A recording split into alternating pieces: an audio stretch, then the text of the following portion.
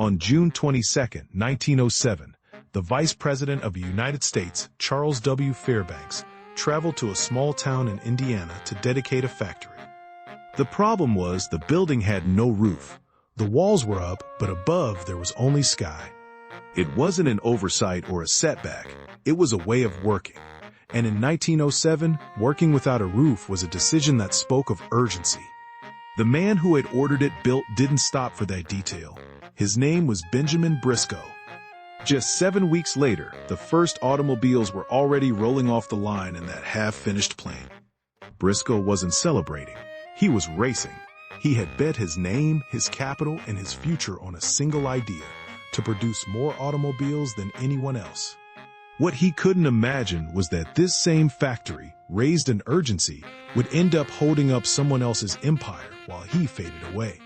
What kind of pressure can drive an industrialist to build cars before the roof is even on? The answer isn't an abstract ambition.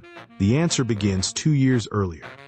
In 1905, Benjamin Briscoe partnered with engineer John D. Maxwell to form the Maxwell-Briscoe Company. In the first half of their first year, they sold 542 cars. It wasn't a beginning, it was an explosion. The automobile was still an experiment for the rich, and the roads a distant promise. Demand devoured them. In a market full of improvised workshops, Maxwell-Briscoe seemed to have something the others didn't. They leased a second factory in Pawtucket, Rhode Island. A year later, they opened a third one in Chicago. But capacity remained the bottleneck. They did the only thing they could: build a large plant from scratch, with room to grow without depending on third parties. The chosen location: Newcastle, Indiana. Construction began in early 1907. On June 22nd, Vice President Fairbanks dedicated the factory personally, even though the roof was conspicuously absent. Production kicked off on August 13, 1907, before construction was even finished. Briscoe's rush wasn't a whim. At that moment, the real challenge wasn't making cars. It was surviving the inevitable shakeout of an industry with too many manufacturers. The shakeout wasn't a hypothesis. It was a matter of time. Briscoe decided he would be the consolidator. In 1910, together with his brothers, he created the United States Motor Company. He incorporated Maxwell-Briscoe and swallowed up the independents Brush, Dayton Motor Car, Courier, Columbia, and Alden Sampson. On paper, a giant. But merging 6 companies isn't the same as adding up numbers. Each brand brought its own models, its own parts, its own suppliers, and its own problems. Production was chaos, profitability a fantasy. Between 1910 and 1912, the company phased out car and truck models that were losing money. Vehicle production was moved to underutilized plants. Newcastle, the factory born without a roof as a symbol of unbridled ambition, was downgraded to making parts.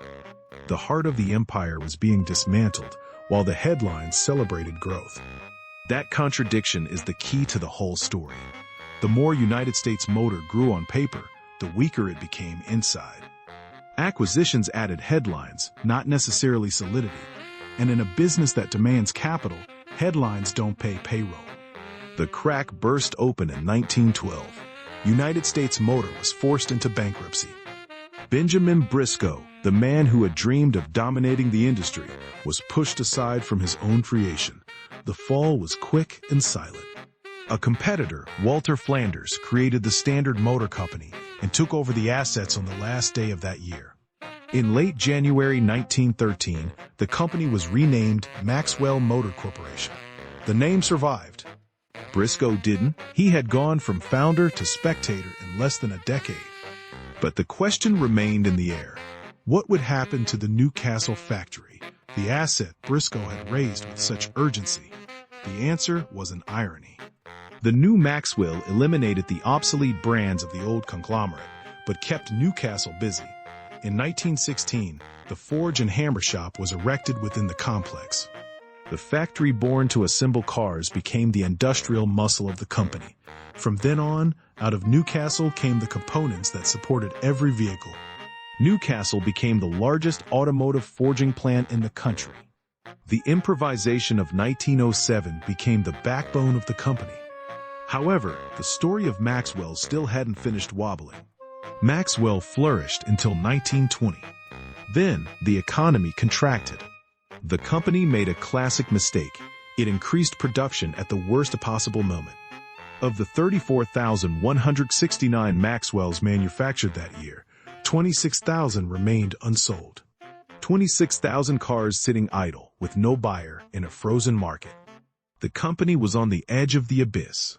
They asked for help from a man who already had a reputation for rescuing giants, Walter P. Chrysler. Chrysler, a brilliant engineer and executor, took full control and mercilessly reorganized production. In 1924, the company produced the first car under the Chrysler name, and barely a year later, in 1925, the Chrysler Corporation bought Maxwell Motor. On June 25, 1925, the Newcastle plant became one of the 6 original factories of the new Chrysler. The factory Benjamin Briscoe built in haste did not die with his empire. It simply changed hands. Under Chrysler, Newcastle reached heights Briscoe never imagined. In 1934, it employed 6,700 people. In the 50s, it produced more than 150 different parts for all Chrysler cars and trucks. There wasn't a single Chrysler without parts from Newcastle. Every vehicle that left a dealership carried a piece of Indiana.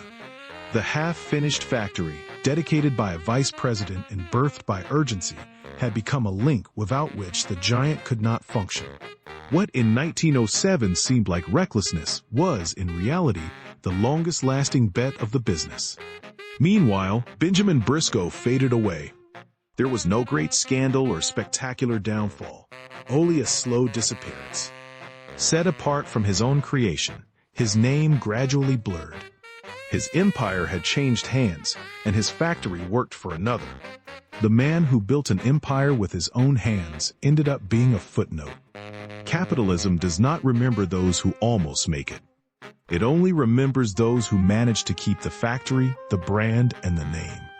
The factory, however, survived all its owners. In 1987, it was renamed Accustar, returned to Chrysler, and in 2002 it merged into a joint venture with Metaldyne until in 2009 it closed for good. An attempt to manufacture wind turbines failed shortly after, but the old 1907 building still stands, almost intact, as if time had stopped in 1907.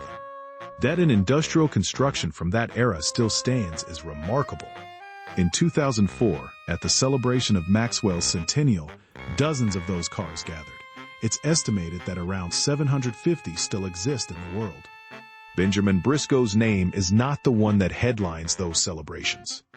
The cars that survive celebrate Maxwell, Chrysler, the brand that managed to stay. The factory Briscoe built so his name would be etched in history ended up writing another man's name. Empires aren't lost in a signature. They're lost in the rush to build the future without a roof.